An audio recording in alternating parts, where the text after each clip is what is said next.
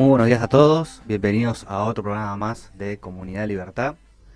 Fran, buenos días, ¿cómo estás? ¿Cómo estás, querido amigo? Bien, la verdad que muy bien, por suerte, contento otra vez de estar acá. Y bueno, hoy tenemos dos invitados de lujo, ¿no? Así es. Vamos a presentarlos. ¿Con quién estamos? Hoy vamos a empezar por Juan Carlos Febres, presidente de la Fundación Contemplatio Social. Buen día, Juan Carlos. Buen día. ¿Cómo estás? ¿Cómo estás? Me alegro de tenerte por acá. Gracias por la invitación. Y bueno, Gracias por haber venido. y tenemos a Daniel Adler, un experto en contraterrorismo, si no me equivoco, en seguridad y en un montón de materias más que ya nos va a estar hablando un poquito sobre él. ¿Cómo estás, Daniel? Muy buenas tardes y gracias por la invitación también. Un saludo muy cálido a todos los oyentes que están del otro lado. Buenos días, Daniel, ¿cómo anda? Bien. Terrorismo, qué tema, ¿eh? Recién veo que estamos en streaming, así que tengo que mirar la cámara cuando hablo. Sí, mira, esta mira para acá, esta mira para allá y hay una en el medio que mira ambos. Fantástico. Así que estamos a... Bueno, bienvenidos a los dos. Tenemos un montón de preguntas para hacerles. Vamos a empezar con vos, Daniel. Te queríamos preguntar un poco, te vimos en televisión el otro día. ¿En qué programas estuviste? Contanos un poquito qué hablaron, cómo fue. Bien, lamentablemente estuve en varios programas, digo lamentablemente porque todos tenemos la ilusión que Loan aparezca, que tenemos la ilusión de que aparezca, pero que sea esto lo más rápido posible.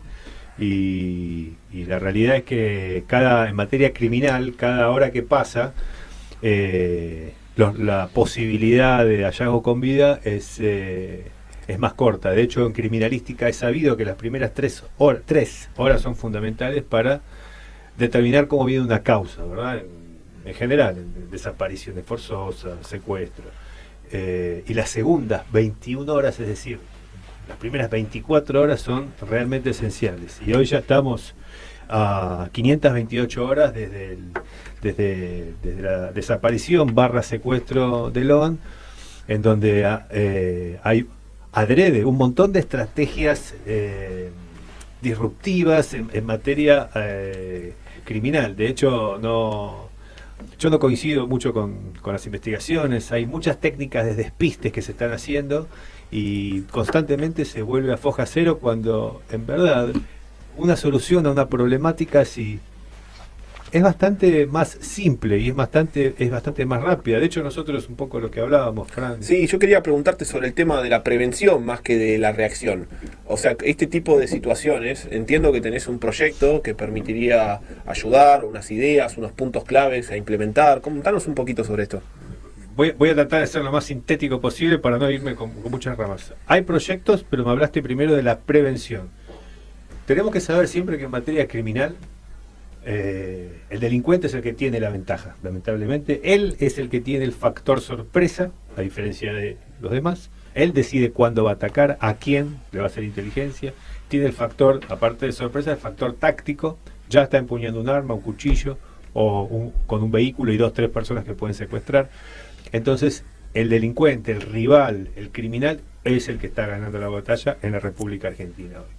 Vemos que la Argentina tiene unidades espectaculares de policía, de inteligencia criminal, de la AFI, una agencia de inteligencia supersónica. Pero a la hora de la verdad, las competencias o la burocracia son tan fuertes que los resultados son nulos. Entonces, como también es sabido en materia del antiterrorismo, se habla mucho que el camino al infierno está plagado de buenas intenciones, que lo único que importan son actos concretos que nos lleven a acciones determinadas que nos den un resultado preciso. Y hoy una unidad así en la Argentina no existe, lamentablemente. Hablas de resultados por encima de lo que podrían ser procedimientos que entorpecen, digamos, o en tiempo el accionar. Vos me estás hablando de eso, digamos, por si te estoy entendiendo bien, centralizar un poquito la información para reaccionar más rápido ante estas situaciones. No solo más rápido, sino mejor. Mira, por ejemplo, por citarte una cosa, se empezó con una hipótesis de mínima, de un extravío, cuando en criminalística siempre se empieza por la máxima, se empieza por el delito de trata, secuestro extorsivo, tráfico humano, que dicho sea de paso, hoy es la segunda actividad criminal más lucrativa del planeta Tierra. Y en 5 años más, en el año 2029, va a ser la primera actividad por encima del narcotráfico. Se nos metieron algunas bandas nuevas que se dedican a eso en Argentina en los últimos años, ¿puede ser? Desde fines del año 80 hay un montón de narcobandas criminales, narcoterroristas. Tenemos la triple frontera, Foz de Iguazú, Ciudad del Este, Puerto Iguazú, la frontera más porosa del planeta Tierra. Tenemos hacer ahí. una pregunta a partir de acá con toda esta información que ya han recabado. A ver si con su expertise ya se puede responder. Voy a plantear un caso. Es decir, ya se sabía desde el día 1 quién había secuestrado o quién había vendido a Logan. El tema es que comprometía a personalidades importantes, por así decirlo, como el caso de Epstein en Estados Unidos. Correcto. Que había gente importante. Entonces, ya del día 1 se sabía que el gobernador de Corrientes, cuando le van a entregar la gobernación, dicen, mire que si usted agarra la gobernación, acá por cada día hay un Logan. O sea, si usted va a agarrar la gobernación, si usted va a agarrar la intendencia, Varios acá, Logan por día, ¿eh? todos los Logan o varios Logan por día. O sea, esto no es, ay, se perdió el Logan. Hay varios Logan por día. Sí. Usted intendente lo sabe, usted gobernador lo sabe, usted comisario lo sabe, todos ustedes lo saben y están haciendo un show para los giles de los porteños, para los giles de los bonaerenses, que piensan que se perdió Logan. No se perdió Logan, se perdieron 5 Logan por día. Y va a caer un gil dentro de poco que lo van a incriminar para que los porteños y los bonaerenses se sientan que hubo algún tipo de acto de justicia. Y en realidad es un nabo que agarraron por ahí, le dieron un par de pesos y se cerró. Y esto es simplemente la punta del iceberg. Es la punta del iceberg. ¿Sí o no? Exacto. Esto destapa una problemática, como bien lo dijiste, la punta del iceberg, mucho más problemática y muy superior atada a una relación política. Esta clase de delitos complejos en general, narcotráfico, tráfico humano, Venta de órganos. venta de órganos, Venta de parte de humanos, o sea, no quiero entrar en tan locura, pero hay. No, entrá, porque pensá mal y vas a acertar. En materia criminal es así. Todo esto no puede existir sin una relación en algún eslabón con la política o con algún sector de la policía. Perdón, rectifico, no la política, algún sector de la política. Pero ¿Cómo se llama el actual gobernador de Corrientes? ¿Se acuerdan? Valdés. Cuando Valdés va a tomar la gobernación, esto se lo han dicho. Miren que acá tenés esto. ¿Usted acepta esto? Porque usted va a ser cómplice. mira, yo si ¿Por acción o por omisión? Cualquiera de las dos. no quiero ser autorreferente, pero tal vez compartir conocimiento, una experiencia, ¿verdad? Yo me especializo desde hace muchos años en operaciones asimétricas en Medio Oriente, en Israel, después, bueno, en Sur Centroamérica y el Caribe. Operaciones asimétricas, ustedes saben, son estados que pelean contra grupos más pequeños, contra guerrillas, como la FARC, que el Frente 48 de la FARC puede contribuir a erradicar, eliminar de la frontera norte con el Ecuador, las Águilas Negras, los Rastrojos, los Surabeños, bueno, bandas disidentes de la FARC, M19, todo lo que ustedes ya conocen. Entonces, me especializo en eso, en operaciones asimétricas. Pasa mucho también que hay toma de rehenes, secuestros extorsivos, para fondearse o para tener dinero. Bueno, participé en muchísimos casos de esos y les puedo tal vez compartir cómo es la trata, el tráfico humano en el Ecuador, ¿verdad? Más precisamente en los pueblos del Ecuador. Incluso puedo compartir sobre Nicaragua, Honduras, El Salvador y Colombia, que conozco a la perfección. Más que Buenos Aires conozco, me parece, las zonas de estos países. Se utiliza muchas veces en los pueblos pequeños, donde no hay mucha, tal vez, herramientas sociales o legales, donde la gente no desconoce sus derechos, en donde hay se le llama en la jerga criminal inseminador o violador. Alguien que embaraza chicas jóvenes, después esas chicas jóvenes van a un centro clandestino o de aborto o de lugares donde nacen los chicos y esos chicos esos bebés los pasan como muertos, cuando en verdad son comercializados.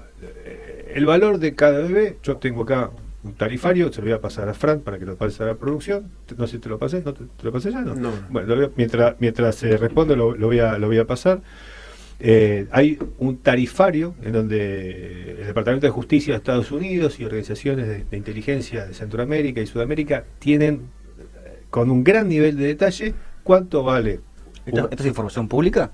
Es información pública desde hace 10 días que lo vengo pasando a varias producciones de varios canales de Pero televisión. vos la hiciste pública, pero en general, ¿la gente podría acceder a esta información? Vienen informes de inteligencia de los cuales tengo autorización de divulgar. Sí, bueno. tengo Pero la persona común, como yo, por ejemplo, no podría acceder. Bueno, hoy va a acceder.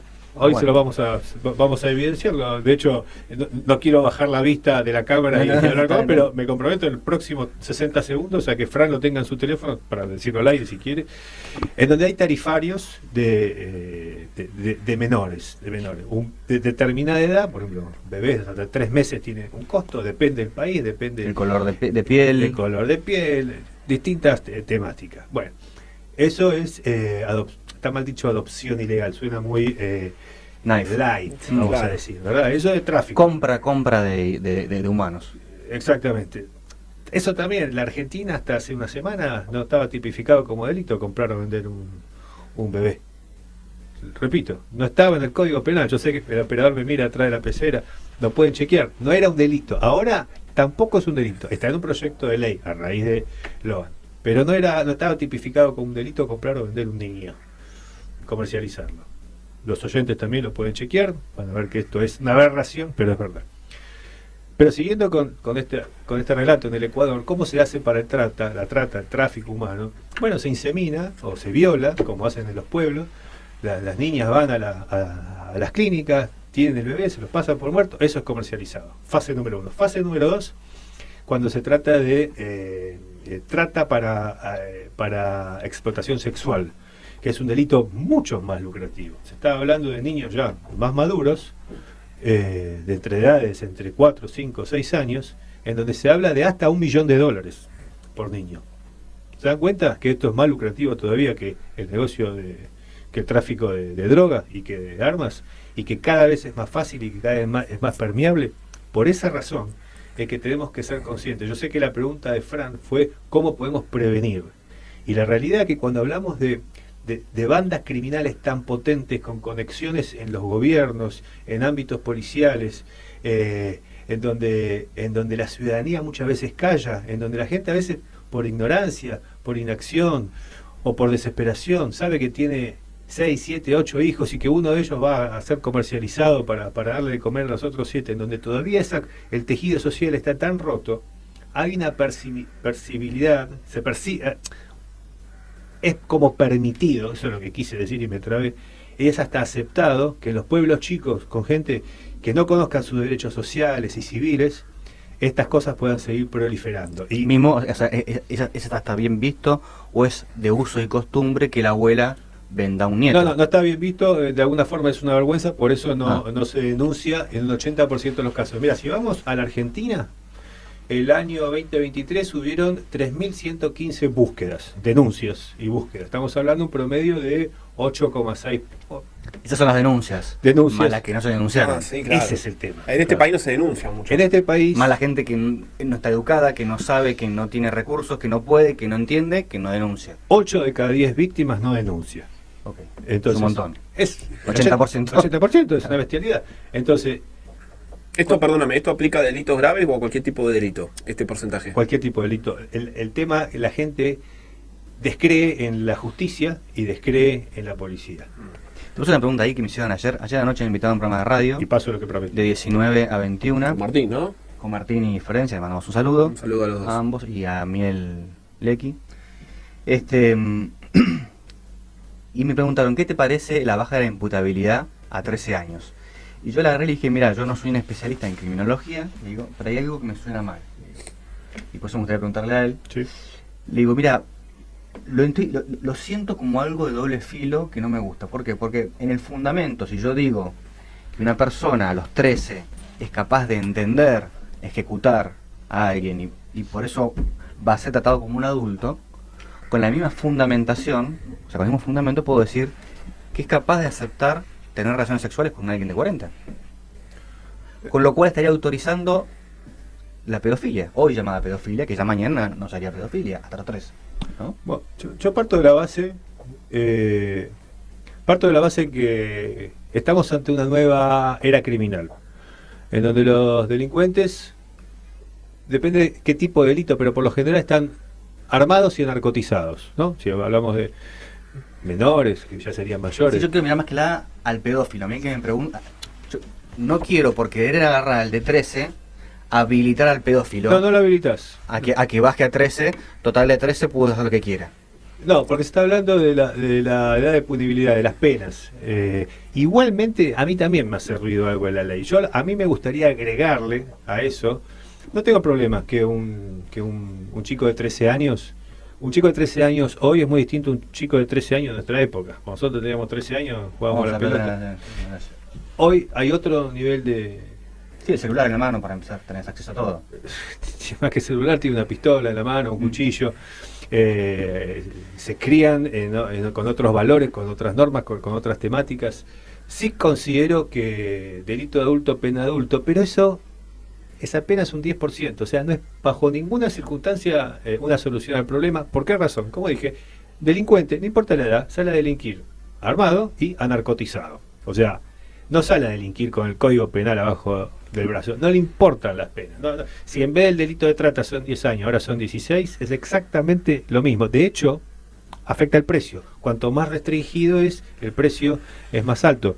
Por esa razón, yo sugeriría, algo como estamos planteando también en el Ecuador, que aparte de bajar la edad de imputabilidad, que los progenitores sean civil y penalmente responsables de esos menores, o hasta ahora, bueno, mayores, pero de esos niños hasta la edad de 18 años. ¿Por qué? Porque la educación viene desde casa. Que los padres no se laven las manos, que tengan responsabilidad civil, económica y por supuesto penal también. Es interesante, es interesante. A ver, me van varias preguntas, ¿no? Con el tema de bajar la pena, algo que se viene hablando hace mucho acá en Argentina. ¿Vos creés que realmente esto resuelve algo de la problemática o creés que es lo mismo y en realidad las medidas deberían ir por otro lado? No, yo como dije antes, no, las leyes, esta clase de individuos no le importa, no respeta leyes, si bien las conocen.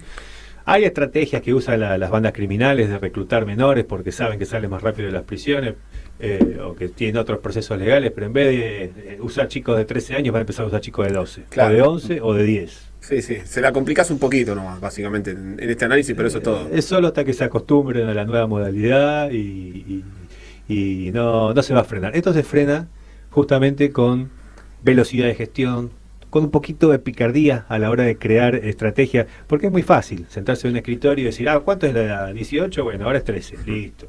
O decir, bueno, pongamos 2, 3 militares acá, pues militaricemos 2, 3 listo, ya está. No funciona así eso. La mente criminal es mucho más aguda, constantemente está auditando, tiene también poder económico. Recordemos que el narcotráfico, el microtráfico, corrompe lo que toca, y toca mucho. Entonces hay una relación directa entre el narcotráfico, la violencia y el delito. Por eso del año 2018 vemos un incremento del delito muy grande. Y hasta ahora, vimos que el narcotráfico es el principal delito. Pero la trata, el tráfico humano, se va a posesionar con el primero. Segundo, el narcotráfico, y tercero, la venta de armas. Y como dije, no tenemos que dejar de ver la relación que existe en la triple frontera, porque ahí es donde conviven el PCC, Primer Comando de Capital, en coordinación con el Hezbollah, con quien nos puso las dos Tenemos bombas. amenazas de Hezbollah actualmente, ¿no? Amenazas todo el tiempo. Usan también técnica de despiste acá, en Brasil, en Uruguay. Hay alertas amarillas constantemente. Tenemos el Comando Bermelo, tenemos el Tren de Aragua, la multinacional de Venezuela, el brazo armado de Maduro, que su primer delito no es el narcotráfico, es el tráfico humano, la trata de personas, tráfico de órganos. Tenemos mafias italianas, la mafia siciliana, la Camorra, la Drangheta, la Cosa Nostra.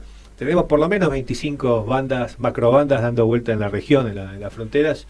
Y tenemos también nuestro país hermano por cercanía, no por otra cosa, que es Bolivia, que tiene acuerdo directo con Irán, en donde los iraníes que vienen a ensamblar los drones que después se exportan a Rusia para bombardear Ucrania, son ensamblados justamente en Bolivia. Y el pago que le hacen a los técnicos es con pasaportes y con DNI boliviano.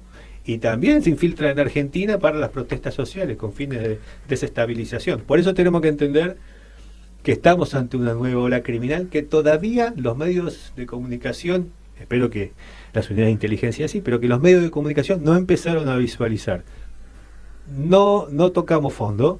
Hay un panorama no del todo esperanzador por delante, pero estamos a tiempo de frenar lo que se viene si empezamos a actuar de forma diferencial y creativa.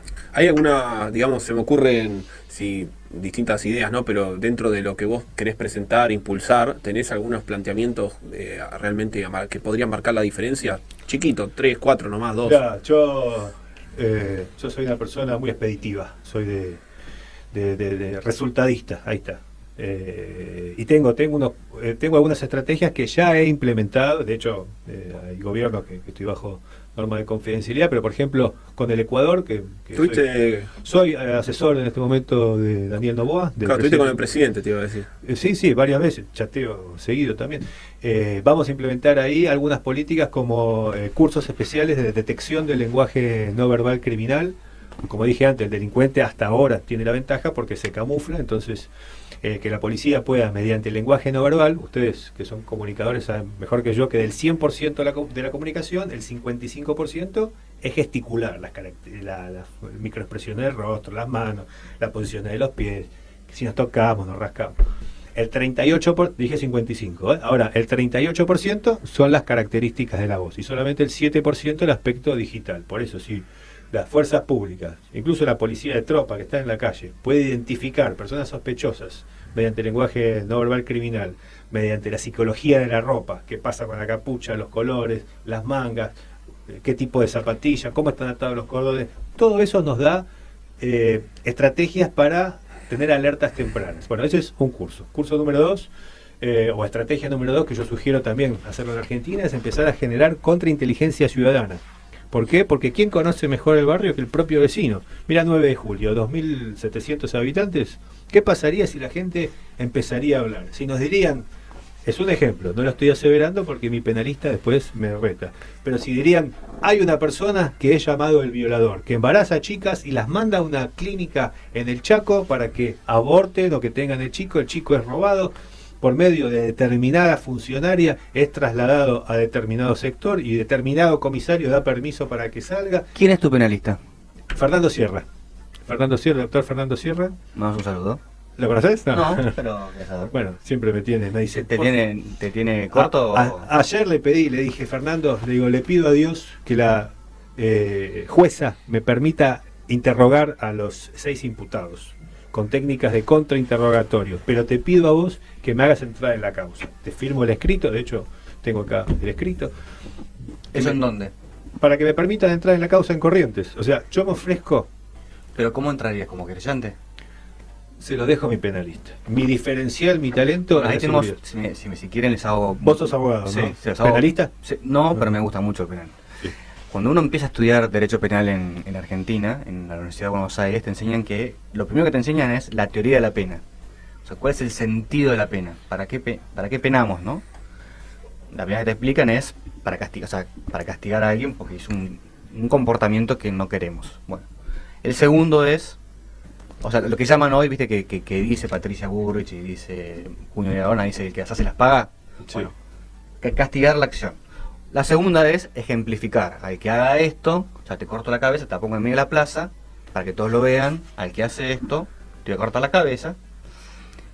Y hay varias más, hasta que llegamos a una muy zurdita, que es, no, pobre delincuente, es una víctima social, es una pobre persona, todos son malos, así que a este lo voy a encerrar, pero le voy a pagar la comida, el psicólogo, el cable, el internet, el fútbol, todo, que esté tranquilito, cumpla su condena tranquilo, se resociabilice y se reinserte en la sociedad. Al que no saben cuál usa Argentina. Me imagino. Bueno. Pero va a cambiar, ¿eh? Bueno, Va a cambiar. entonces, como usamos este sistema, ¿no? de resociabilizar al reo, al delincuente. Igual no es resociabilizar, ¿eh? Es cualquier otra cosa menos resociabilizar. Estamos hablando de teoría. Claro. En la teoría es esta. ¿Qué pasa? En el juicio, la víctima no importa. Otra vez lo digo. En el juicio, la víctima no importa, no está. Está el juez, que es el Estado, son los 3 jueces. Está el imputado, porque hasta el momento es inocente, salvo prueba en contrario. Está el imputado con su defensor y está el fiscal que va a intentar imputarle las pruebas. El fiscal puede permitir que intervenga un querellante, que es la víctima o la familia de las víctimas. Pero por lo general, el querellante no es parte, salvo que el fiscal lo permita. Cambiar esto, como lo quieren cambiar ahora, de que la víctima pueda ser parte, como es en Estados Unidos, yo que sé, y permitir de que a la persona se la castigue, es un cambio fundamental de fondo Así es. en el sistema penal argentino. Y coincido, Juan Martín. El tema que yo estoy solicitando... Vos ahora pedís, por ejemplo, Yo te digo cómo es mi postura. vos querés ayudar y dicen que no, les ayudo. no puedes entrar. Me pongo los objetivos y después discuto las herramientas. Lo que yo tengo para proponer, les mencioné antes, yo soy especialista en operaciones asimétricas. ¿Qué hacemos los especialistas en contraterrorismo? Tenemos que solucionar problemas muy rápidamente. ¿Por qué? Porque hay una bomba por explotar. Llámese un rehén que no sabemos dónde está, un explosivo, literal. Yo nunca he escuchado la profesión esta. Se estudia, se trabaja, se aprende. Te cuento, lo que pasa es que no quiero dejar de responder todos los temas que abrí y ahora te cierro ese. Dale. Me refería a las técnicas de contrainterrogatorio, que eso en justicia los penalistas conocen perfectamente, como vos, que es un contrainterrogatorio, pero con herramientas tecnológicas. O sea, no es hacer hablar, es hacer quebrar. Por supuesto, todo a derecho, no van a pensar que voy con una tenaza a sacarle las uñas. Dios no lo permita. Interrogatorio de Lance Strong. No. Esto es táctica, es estrategia, es profesionalismo y sobre todo resultados. Si no, no tiene sentido.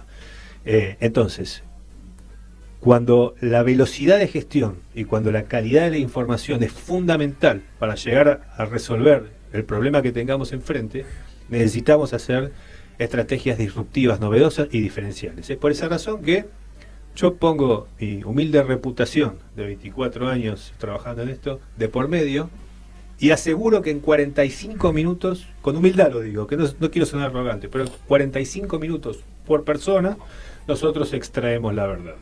Sé que hay herramientas que no son aprobadas por la justicia, como por ejemplo el polígrafo, detector de mentiras, que es una gran herramienta, que lo usamos en asuntos internos en la policía, en algunos lugares de Sur, Centroamérica y el Caribe, pero por más que no sea prueba para la justicia, a nosotros nos permite negociar y hacer contrainterrogatorio y llegar a otros niveles, que siempre son ascendentes, siempre es más arriba que el perejil entrevistado.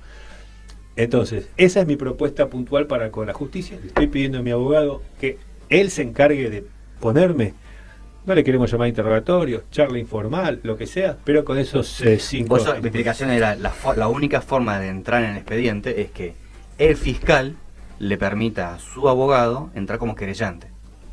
Va a ser difícil, pero bueno. Si fuera fácil, todos seríamos expertos. ¿Y habrá voluntad de querer realmente hacer esto, de querer avanzar en el caso? ¿Crees que hay voluntad política? ¿Crees que hay voluntad policial? O puede poner un perejil. Claro, ¿cuál agarra noche, venís vos, borracho de la esquina, no sería la fue este. Me daría cuenta muy rápidamente. Yo lo que sería veo es que venimos de no 20 años de inacción, desde fines de los años 80 de inacción. Acordemos que Argentina no es solo capital federal, hay un montón de pueblitos, un montón de ciudades, un montón de lugares que están pasando atrocidades y se naturalizan desde hace... que está cerca de la triple frontera más que Porteño Grande. En todos lados. Claro. Está bien, pero ahora hay unos más expuestos que otros. En todos lados. No, la triple frontera es un colador, pero desde ahí se movilizan para toda la Argentina. Argentina es un país muy grande, es federal, pero no los controles dejan mucho lo que desean. Entonces, desde los fines de los años 80, especialmente en los últimos 20 años que se agudizó tanto la crisis de inseguridad, lo que está pasando en materia de inseguridad en el país es desesperante.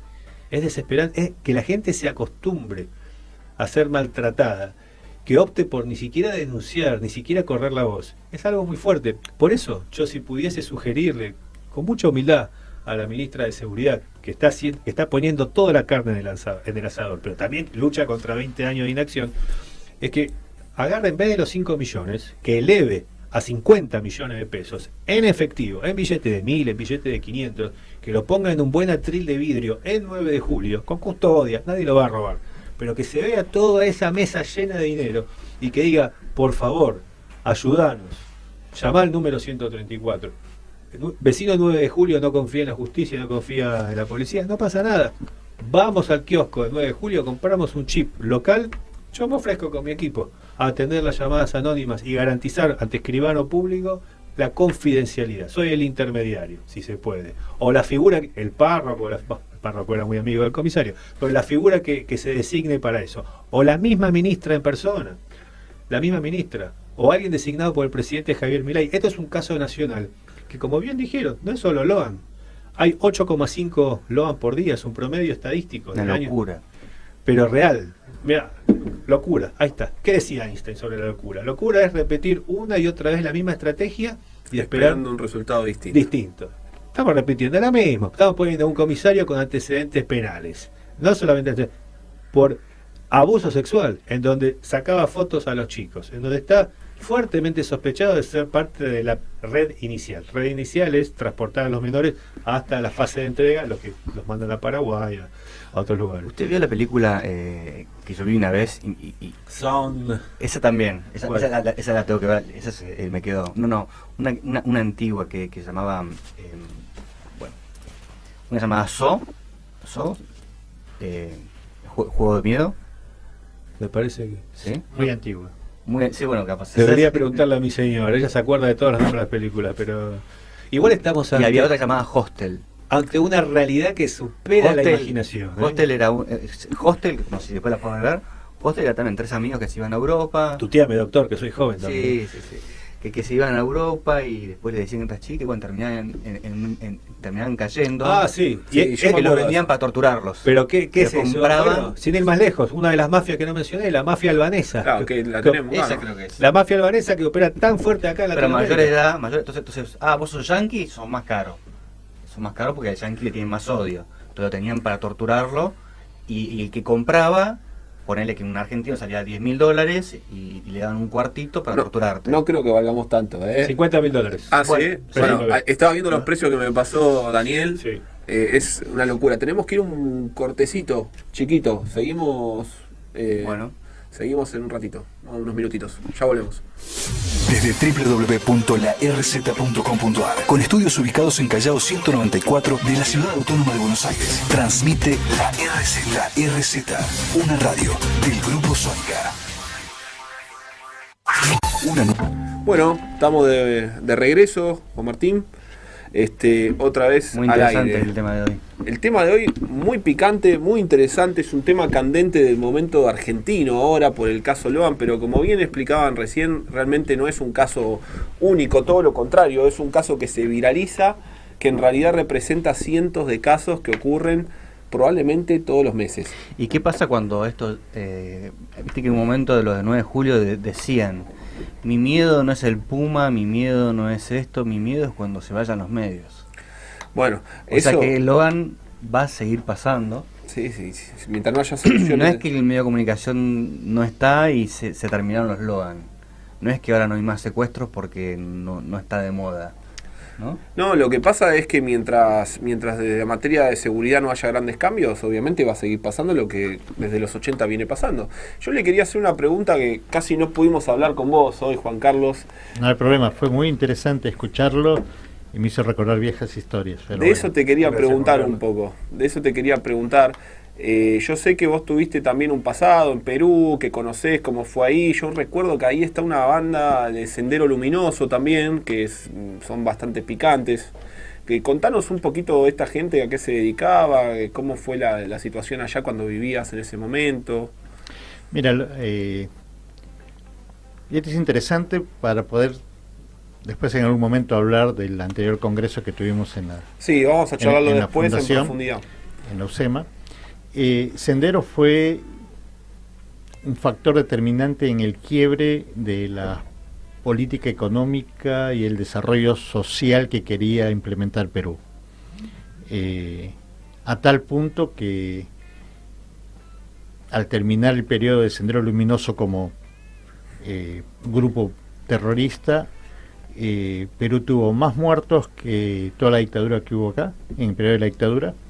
Hubo más desaparecidos de los que oficialmente hay acá en el país, 8.000 y poco. Perú tuvo como 12.000 desaparecidos y estamos llegando casi a, no quiero equivocarme las cifras, pero más de 100 y tantos mil muertos oficiales.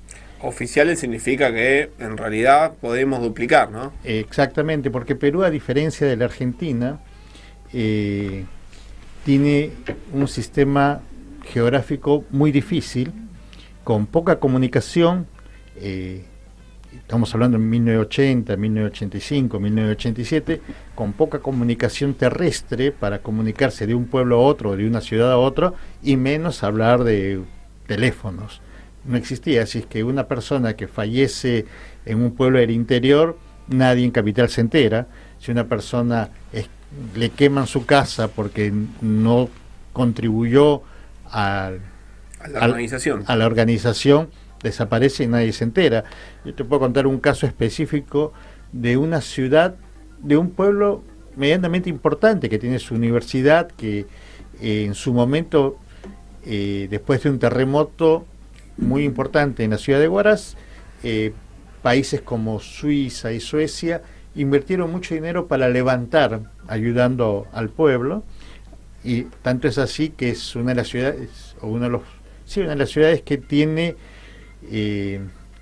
un urbanismo muy parecido a lo que es Suiza, por cómo se construyeron las casas. Y las montañas, es un sitio hermoso. Pero en la época del terrorismo había un banquero, mi tesis como sociólogo fue Comunicación, Violencia y Terrorismo en el Perú, y investigué un poco, estuve trabajando allí para tener más información y datos. Aparte, en ese momento trabajaba yo para el CINU, y el CINU me envía, el CINU es el Centro de Información de las Naciones Unidas, y fuimos justamente a Huaraz, y estuve junto con, allá en ese momento no existía la Policía Nacional del Perú como existe hoy, sino en ese momento era la Policía de Investigaciones del Perú, y había un sector que era justamente la lucha contra el terrorismo, y estaban también otros grupos que apoyaban el trabajo que hacía la Policía de Investigaciones. Pero esta historia de este hombre, que era el gerente del Banco Nación de esta ciudad, lo amenazan a su familia, o se le amenazan a él, sino que iban a desaparecer. Él tenía la esposa y 3 hijos, una joven de en ese momento 12 años, después otros muy nenes, y él tuvo miedo por su hijita de 12 años, que sabía que la podían violar, la podían usar de lo que sea, pero decide no dejar el banco abierto para que ellos roben. Al final lo toman preso a él, desaparece 3-4 días, la policía sale a buscarlo, no lo encuentran. Al 6º día aparece crucificado un cactus quemado, a tal punto que no lo dejan morir. Estaba todo el cuerpo quemado y no lo dejaba morir, estaba crucificado, y le pusieron traidor. Crueldad pura, digo. Crueldad pura. El hombre falleció una semana después, por todas las quemaduras que tenía. La familia tuvo que irse del lugar, dejando sus casas, sus bienes. Eso era Sendero Luminoso.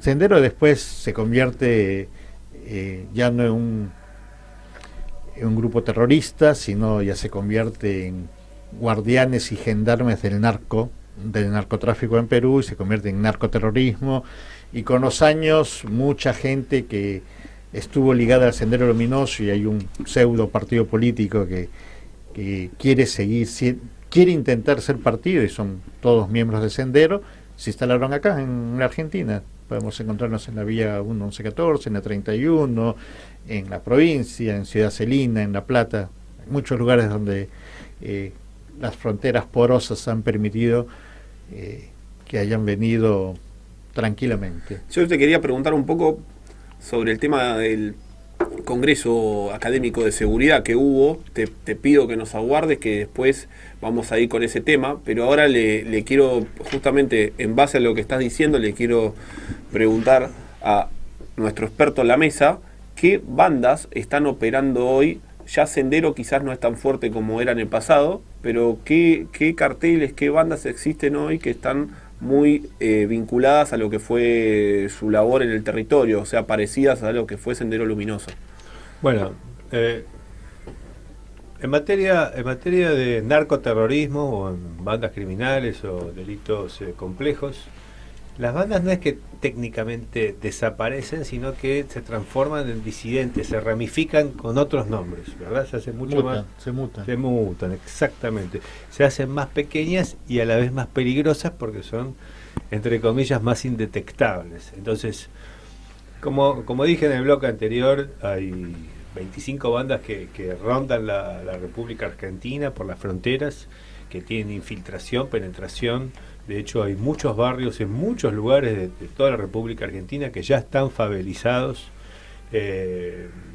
La problemática es ascendente, por eso yo realmente no veo otra opción que crear una nueva unidad, mucho más federal, mucho más dinámica, rápida, que no necesite tanta burocracia para operar, que tenga un poder superior a la AFI y que tenga más velocidad que la Policía Federal y que pueda trabajar justamente con la contrainteligencia ciudadana, que podamos me incluyo porque siempre que hablo de un proyecto lo tomo como mío, que se pueda recibir denuncias, que se trabaje con recompensas, pero que básicamente haga lo que no se está haciendo en ningún lugar de Latinoamérica, que es proteger al inocente y castigar fuertemente al culpable, dejar un precedente claro ante la sociedad de que realmente el que las hace las paga.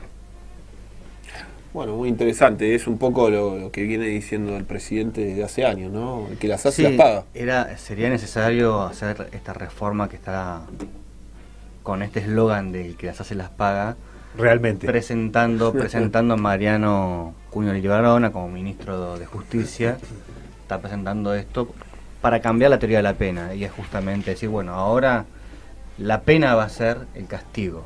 El que hace un delito tipificado, o sea, esta acción tipificada va a ser esta sanción y usted va a cumplir esta pena. Siempre y cuando lo capturen. Y esa es la parte de donde voy yo, la parte más táctica, la parte más después, operativa. Después, obviamente, la parte penal, como usted bien sabe, es la teoría, que es la parte, digamos, del Código Penal, después tenés la parte procesal, y después tenés el cumplimiento de condena, ¿no? Que hay que ver que es todo otro mundo, todo lo que es la parte carcelaria, a ver si es que realmente reinserta a alguien o si en realidad es un máster en delincuencia.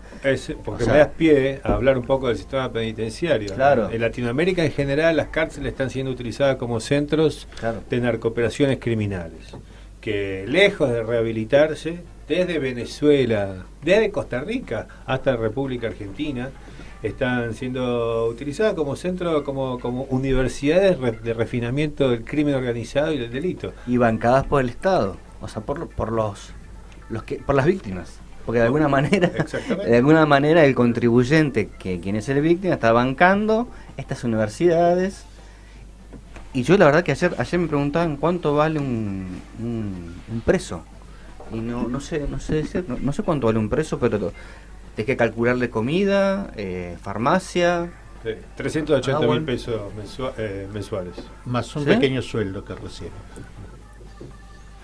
Y yo cuando veo, les pido disculpas que sea reiterativo con Hollywood, pero cuando veo las películas de Hollywood, que va el colectivo con los muchachos de naranja laburando, viste que están el policía con la itaca adelante y atrás y el chabón laburando, digo, qué bien nos vendría, ¿no? Sacar en la provincia de Buenos Aires a que hagan un par de calles. Bueno, de hecho hay el BOP, el Buró Federal de Prisiones de los Estados Unidos, ofrece constantemente, a mí me tocó del Ecuador también, recibir colaboración de ellos, en donde que proviene del Departamento de Justicia de los Estados Unidos. Ofrecen colaboración, bueno, decir desinteresada, No existe. no económica, ahí está, no económica, en donde vienen, perfeccionan las prisiones, hacen normas, procedimientos. El tema es que hay un gran desafío por delante con el Departamento de Inteligencia Penitenciaria. Es ahí donde también hay que trabajar. Hoy día sabemos que venimos de un maremoto, de un terremoto, de un infierno de 20 años pasados, en donde todo se hizo mal, no solo por omisión, sino que por acción, es decir, adrede, en la mayoría de los casos. Entonces, hoy el territorio que toca trabajar es realmente desastroso, en todos los aspectos de materia de seguridad, prevención del delito, justicia. La teoría de la pena. Teoría de la pena, La teoría de la exactamente. pena, después el sistema carcelario, después también, ya dijimos dos temas que son importantísimos. Sí. Yo vivo cerca de Palermo, está en la Plaza Las Heras, estaba la penitenciaría. ahí te enseñaban, en su momento les enseñaban a los reos un oficio, estando dentro de la cárcel. Plomero, electricista, todos oficios que hoy en día son necesarios para la sociedad. Y el tipo salía con un certificado de que le era plomero. Cuando yo trabajaba ahí se sentía digno, y ahí sí se reinsertaba. Y eso sería lo ideal, ¿no? Poder que así funcionarían las cárceles realmente en una sociedad de cárcel liberal. Vos los reinsertás, los educás, desde la educación los reinsertás a la sociedad. No está pasando eso, ni siquiera tienen uniformes, creo que los reos. O sea, lo naranja... No es tan sencillo. No es fácil, ¿no? Es más, quedan preguntas pendientes. Si todo lo que vos estás afirmando es tal cual, entonces ¿para qué bajamos las penas? Porque si lo bajás a 13 años, no el gatillo fácil, sino el instigador, el capo mafia, va a buscar uno de 11, de 10. Entonces, ¿en qué cambió? Claro. Vas a tener un reducto de más gatillo fácil profesionalizado en 2 años. Yo te digo en qué cambia. Sí. Entonces, no es solamente el tema puntual, sino es un todo general. Como él decía, necesitamos cambiar todo el sistema penitenciario. Y junto con ello, el tema de la resocialización tiene que ver con el tema cultural, el tema educativo, el tema familiar, el tema de las penas adyacentes con el mismo chico. ¿Hasta cuándo? Decía, a ver, yo soy padre, mi hijo se me va a los 8 años, o a los 10 años se vuelve adicto, a los 12 comienza a delinquir, a los 13 y no lo puedo retener, le toco la puerta al gobierno, ayúdenme a meterlo a un centro. ¿Y qué me dice? La ley te dice que no. La ley dice que la persona adicta tiene que pedir ingresar. Entonces el padre no puede hacer nada. ¿Eso lo cambiaron cuándo? ¿Hace poco? Hace 2 años o 1 año. Hace poco, sí. Entonces, ¿cómo quedamos? Por eso te digo, no es solamente la ley, sino tiene que ser un todo general. Si no, cosés un hueco y aparece otro. Mucho más grande. Sí, y lo último, bueno, que en Estados Unidos, como lo mencioné, lo tengo que decir, es a diferencia de todo el resto que mencionamos, no firmó ningún tratado internacional de derechos humanos, con lo cual puede tener la pena de muerte. Nosotros no.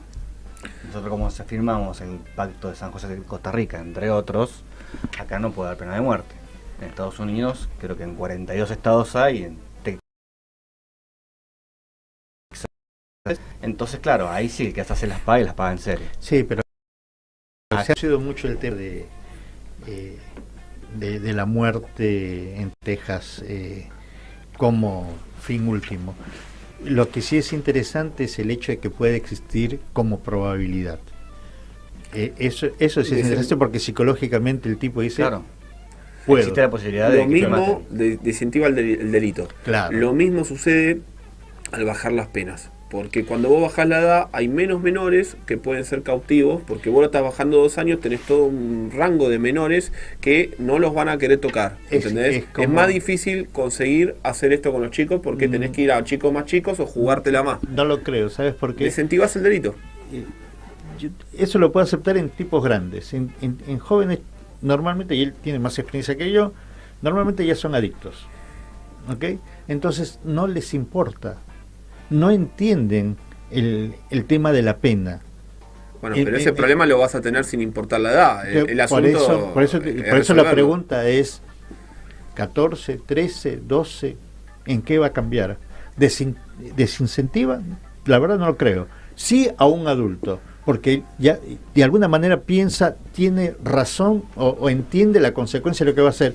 Un pibe de 13, 14 años se cree Highlander, se cree Superman. Las balas pasan por su lado hasta que le toca. Y si estás narcotizado, drogado, con, no sé, lo que vos quieras, no va a entender. Y si cada vez... Mira, históricamente pasó... ¿Cómo se llama esta cultura? Los asesinos. Los árabes. Tenían este grupo de asesinos que los contrataban... Y los tipos creían que, y hasta hay películas de eso, que hacían todo esto para llegar al paraíso. Y el Hezbollah, el Hamas. claro, todos ellos piensan, tienen esta misma Esos teoría son- de los aclaro que asesinos. son Porque son terroristas, mártires. no son árabes, Se son con- terroristas. No, no, pero se lo- consideran mártires. Entonces, No, Pará, no, pará, no, no, no. Los vikingos también. para En pelea iban al Valhalla. Los Hassassin se llamaban, sí. tenían que ver, no eran terroristas No propiamente, era como sino... las Torres Gemelas y eso, ¿no? No, estoy hablando... Hay algo muy interesante con el tema del terrorismo. No te quiero interrumpir, pero No, por favor. me das pie a mencionar algo que se me había pasado, que acá en la Triple Frontera se está produciendo una droga que se llama Captagon. Sí. Captagón, ¿de qué se trata? Captagon es una droga, si bien es una droga que viene de los años... Es psicodélica en su principio. de los años 60, la droga se llama la droga del Estado Islámico terrorista. Al tomar el Captagon, que lo produce Siria, lo produce Líbano, hace que el atacante, el terrorista en este caso, no sienta miedo, no sienta pánico, no sienta cansancio, que esté con euforia alta y que esté extremadamente despierto. Eso para ir a la guerra. Claro, y- Bueno, para guerra, asimétricamente no hay guerra entre terrorismo y un Estado, es para hacer un acto terrorista. parecido a los hongos que consumían los vikingos, Claro. los berserk. Bueno, pero esta es una Exacto. versión mucho más Mucho más refinada. fuerte. Claro, entonces, como bien decía el doctor, nuestro rival, el delincuente, el terrorista, el crimen organizado, sale a delinquir con una cabeza muy distinta a la nuestra. Claro, o sea, que No están vivir o sobrios. morir es exactamente lo mismo. Y ahí es donde vienen los cultos satánicos, ¿verdad? De repente en la Argentina está tan fuerte en el litoral, se ha triplicado San la Muerte. la adoración exactamente por San la Muerte, en donde los primeros ritos son perros. De hecho, uno de los imputados arrastraba perros con el auto. Y muchas veces hay ritos satánicos entre bandas criminales y otras veces ritos familiares en donde se hacen sacrificios humanos sin ir más lejos, y para que los oyentes lo visualicen, el caso Ramoncito, en donde fue desangrado, empalado, mutilado, se le cortaron los labios, los genitales, y eso fue justamente una ofrenda a las misas negras de San la Muerte, que, como digo, no está mucho en los medios, pero cada vez prolifera más, y hay una relación directa entre ritos satánicos y desaparición, o ritos umbanda y desaparición de menores en el litoral argentino. Bueno, es un panorama complicado.